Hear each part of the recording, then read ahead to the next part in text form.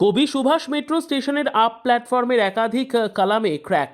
যাত্রী নিরাপত্তায় আপাতত ব্লু লাইনে মেট্রো চলবে শহীদ ক্ষুদিরাম পর্যন্ত। শহীদ ক্ষুদিরাম থেকে ছাড়বে মেট্রো। কলকাতায় প্রবল বর্ষণে কবি সুভাষ মেট্রো স্টেশনের আপ প্ল্যাটফর্মে এই ক্র্যাক দেখা গিয়েছে বলে মেট্রো কর্তৃপক্ষ বিজ্ঞপ্তি দিয়ে জানিয়েছে। কলকাতা মেট্রোর তরফে জানানো হয়েছে, যাত্রী নিরাপত্তার কারণে এই সিদ্ধান্ত নেওয়া হয়েছে। সোমবার এই ফাটল নজরে আসে, তৎপর হয় মেট্রো কর্তৃপক্ষ। কবি সুভাষগামী মেট্রো শহীদ ক্ষুদিরাম পৌঁছে যাত্রীদের নামিয়ে দেয়। খালি রে কবি সুভাষ থেকে ঘুরে আসছে।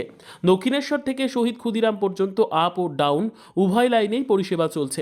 সোমবার সন্ধে নাগাদ বিজ্ঞপ্তি জারি করে মেট্রো জানিয়ে দেওয়া হয়, আপ প্ল্যাটফর্মে একাধিক কালাম বা পিলারে ফাটল দেখা দিয়েছে। এর পরীক্ষা এবং মেরামতির কাজ শেষ না হওয়া পর্যন্ত এই স্টেশনটি যাত্রীদের জন্য ব্যবহার করা যাবে না। এ কারণে কবি সুভাষ থেকে যাতায়াতকারী যাত্রীদের অনির্দিষ্টকালের দুর্ভোগ।